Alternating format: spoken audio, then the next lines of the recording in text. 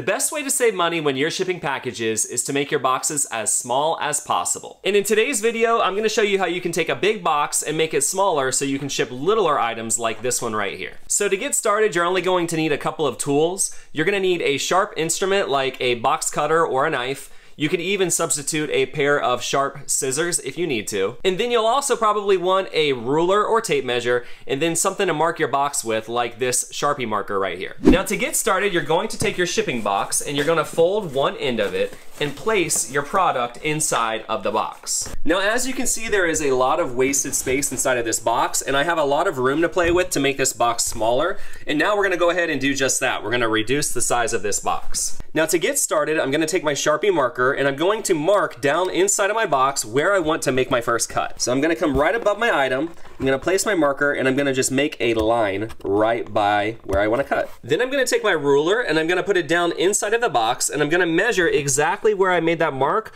all the way up to the top of the box right here. And then when I have that measurement, I'm gonna repeat the process in the other four corners, making sure that my mark is in the exact same place on each side. Now the next step is to take a pair of scissors or even a box cutter, and you're going to make a cut all the way down to where you made your lines in the corner of the box. Now before you make your cut, it's important for me to say that you want to be careful when you're using a sharp object so that you don't accidentally cut yourself. So I'm going to take my scissors and I'm going to cut all the way down to that mark that I made on the inside of the box. And this is where if you had a box cutter, you could substitute that instead of the scissors. If you have a sharp utility blade on here, it's a little bit easier to cut down to that marking than it is to use scissors. So now that we've made our cuts, what I like to do next is I like to take my box and put it over on the side, and then take my ruler and put it at the bottom of where those cuts in. That ruler is going to make it easy to fold my box over and make a flat creased line. So now that I've made that fold, I'm gonna turn it over and repeat the process for each of the other three sides. Making my fold on the line, fold again, and then fold one last time. So now that I have all four sides folded down, I'm gonna put my product back inside the box, and I'm going to bend the flap the other way.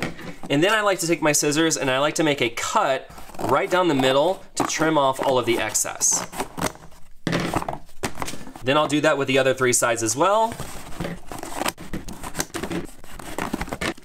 And there you have it. Now my box is exactly how I wanted it. The only thing I have to do left is add a little bit of packing tape to make sure that it is sealed shut.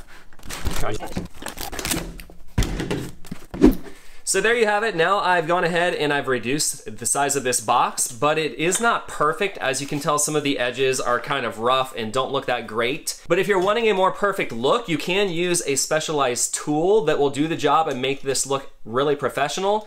This is called a box reducer or a carton reducer, and they cost about $20 on eBay or on Amazon. But they're specially designed to do this job and make it look clean and professional. Now, one thing that I love about these is that if you are somebody that ships regularly, they pay for themselves in just a couple of times, because if you're able to reduce the size of your box, you can save a few dollars each time that you do it. So in essence, this tool pays for itself if you use it a handful of times. Now there are three main parts to this tool. As you can see, the outside has a ruler or a measuring stick built into it. Then there's a little knob here where I can adjust the height of how tall or short I want my box cut to be. And then finally, over here on the end, there is a scoring wheel, and we're gonna use that to make a perfect score on our box, so the edges of our box, when we fold them, fold a little bit nicer than if I were to try to do it by hand. So now I'm gonna do a real quick demonstration on how this tool works, and I think you'll find that it's even faster than if I were to try to do it by hand.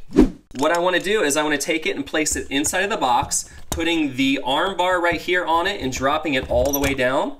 Once I have it down, I'm gonna tighten the wheel, and then I'm gonna grab the handle down here at the bottom, and I'm going to score the inside of the box to make my lines nice and neat. And as you can tell over here on the edges, there's a nice score line right where I ran the package carton reducing tool. So now I'll repeat the same process. I'm gonna cut all the way down to the bottom. And then once I've made my cuts, I can actually even fold this on over because the carton is now scored with a nice scoring line. So it folds super easy.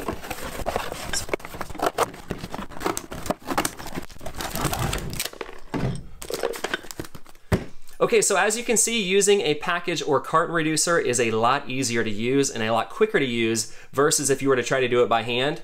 And I'll drop a link down in the description of this video to where you can find this product. Like I said, it's about $20. It will be an affiliate link. If you click on that, it might give me a couple of cents for recommending it to you, but it's a great tool. I use this every single day and it saves me a ton of time and money. Now, if you like this video or if you learned something new, you can do me a favor by clicking the thumbs up button down below, and it will help YouTube recommend this video to other people that are needing help with packing and shipping. And if you're interested in content like this, consider subscribing to my channel. I make videos like this all of the time on how to get better at packing and shipping and how to get better at selling on eBay and doing e-commerce. So before I go, I want to say thank you for watching this video, and I hope to catch you on the next one. Bye, guys.